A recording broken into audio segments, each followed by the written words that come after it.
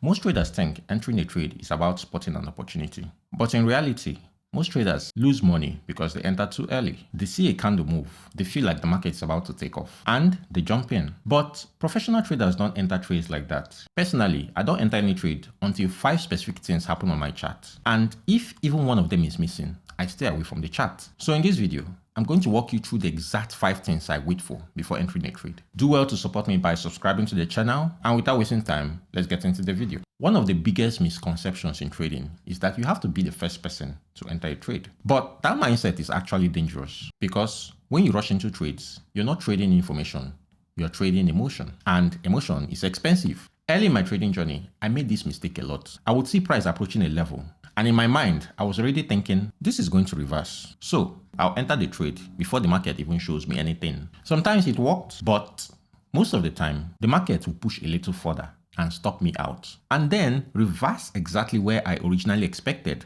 And that's when I realized something important. The market doesn't reward traders who predict. The market rewards traders who wait for confirmation. You know, trading is actually a lot like fishing. Imagine you're standing by a lake trying to catch a fish. You don't just throw your hook anywhere and hope something happens. No, you study the water. You look for areas where fishes are likely to be. You wait for the right moment, and when the conditions are right, you cast your line. Trading is the same.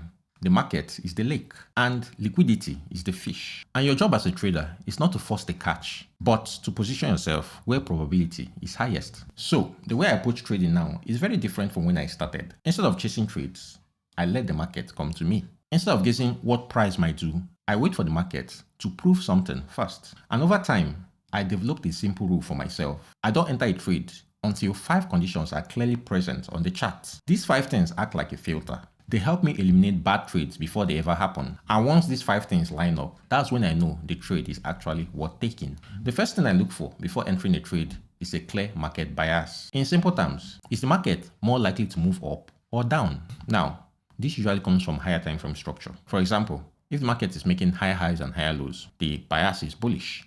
If the market is making lower highs and lower lows, the bias is bearish. A bullish market tells us buyers are in control. A bearish market, on the other hand, tells us that sellers are in control. And here is the key point. If I can't clearly identify a bias, I don't trade, because trading without a bias is like driving without knowing your destination. You wouldn't get into your car, start driving, and then say, I don't know where I'm going, but let's see what happens. Yet, that's exactly how many traders approach the market. They open the chart and see candles moving, and then jump into trades without understanding the bigger picture. I remember a period in my trading when I was taking trades in both directions. I was just buying, selling. They call that hedging. And I couldn't understand why my results were inconsistent. But when I went back and reviewed my trades, I realized something obvious. I wasn't respecting the high time frame direction. And once I fixed that one habit, my trading immediately became more consistent. The second thing I need before entering a trade is a key level. The market doesn't move randomly. Price reacts around areas where there has been previous interests. Now, this could be support and resistance, supply and demand zones, previous highs and lows. These areas matter because they represent places where buyers and sellers have previously fought for control. And when price returns to those areas, there is a higher probability that something important will happen again. Now, I want you to think of the market like real estate. Some locations are more valuable than others. A house in the middle of nowhere is very different from a house in the center of a major city. In trading, key levels are like prime locations. They attract attention, they attract liquidity, and that's why price tends to react there. The third condition is reaction from that level. Now, this is where patience becomes extremely important. Most traders see price reach a level and then enter immediately. But don't do that. When price reaches a level, I want to see how the market reacts. Does price reject the level?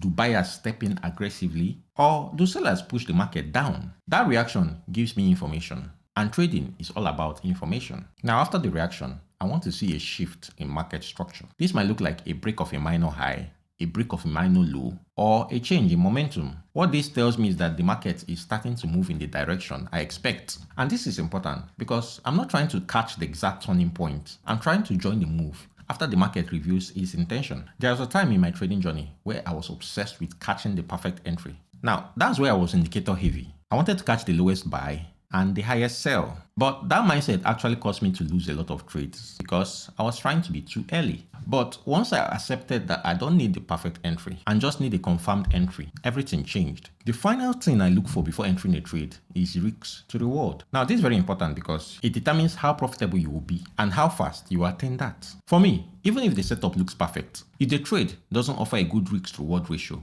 I won't take it, because trading isn't about winning trades. It's about making sure that when you win more than you lose. Think about it like running a business. If you invest £1,000 into a project, but the maximum profit you make is £200, that's not a good business decision. Trading works the exact same way. Every trade is an investment decision. Now, let's break down a quick example on USDJPY.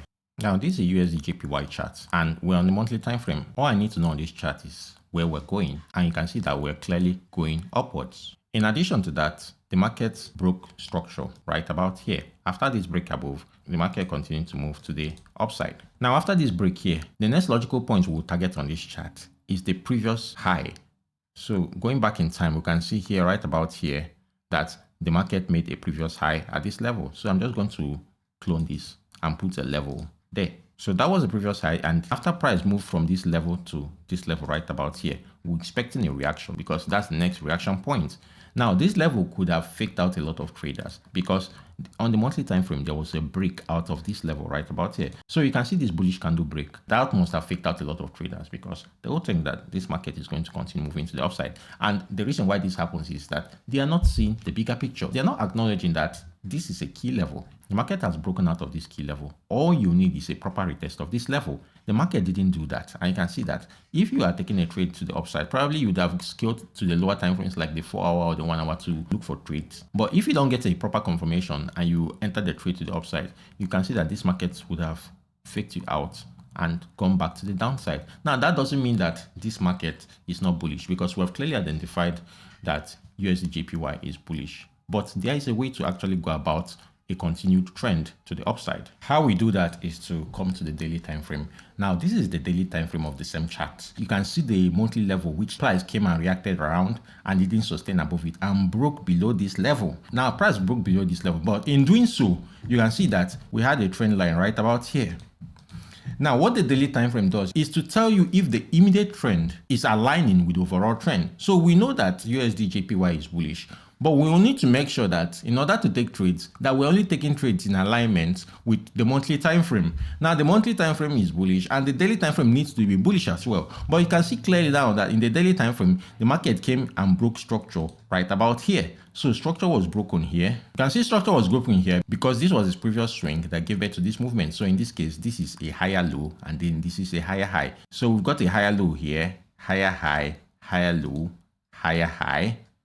So we are at structure. So after structure was broken here, you can see that we are no more technically bullish on the daily time frame, and that's not what we want. We want to align our trades with what the monthly time frame is saying. So in this case, all I need is a break above that level, and price needs to retest that level. So in this case, I'll wait for price to break above this level. You can see it did exactly that. That means it's coming back to structure. Then the retest is all I needed right about here. And after the retest, aiming at the same monthly level, you can see that when we had the confirmation candle right about there, our stop loss comes below the previous low and we aim for the monthly level here. You can see that this is a handsome risk reward and the trade played out nicely. So at this point in time, the trade entry isn't random. It's structured decision, and you can see that we had a good risk reward of over 1:3 on this trade. So if there is one thing I want you to take away from this video, it's this. Entering a trade should never feel impulsive. It should feel structured. Every trade you take should have a reason behind it. A clear bias, a meaningful level, a reaction from the market, a confirmation of structure, and a trade that actually makes sense from a risk to reward perspective. Because when you approach the market like that, you stop gambling and start operating like a trader. But here is something important to understand. These 5 things are only one part of a trading process, because trading consistently isn't just about finding good entries. It's about having a complete framework for how you approach the market, how you analyze the chart, how you manage risk, how you build consistency over time, and how you avoid the psychological mistakes that destroy most traders. That's actually the reason why I created my free Forex Masterclass. In that training, I go much deeper into how to analyze the market step by step. how to identify high probability setups, and the exact framework I use when approaching a trade. So if you want to understand how all of this fits together into a complete trading system, you can access the masterclass completely free. You'll find the link in the description below. And if you're serious about improving your trading, I highly recommend you go through that training, because once you start seeing the market through that framework, trading becomes a lot clearer. And remember, the difference between traders who struggle and traders who become consistent, it's not about how many trades they take. It's how selective they are about the ones they enter. I have a video on how I use this system to analyze the market. If you want to see how I do that, watch this video right here.